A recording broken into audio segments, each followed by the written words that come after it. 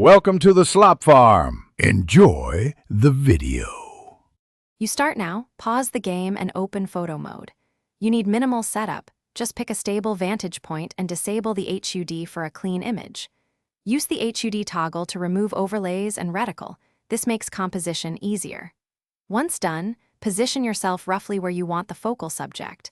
Move slowly so enemies or effects don't break the shot.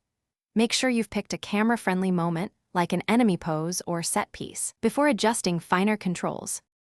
Now refine the image. Move the camera with the stick or keys and use zoom to tighten composition. You should change depth of field and aperture to blur backgrounds and draw attention to your subject. This creates cinematic separation.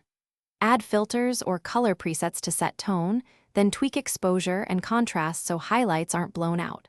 Once you see the desired mood, make subtle adjustments rather than extreme ones. Small changes preserve detail and keep effects from overpowering. Finish by saving the image and exporting to your gallery.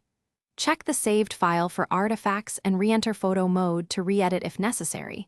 You can change filters or DOF and resave until satisfied. If a setting accidentally hides the subject, reset camera settings and recompose rather than over-editing.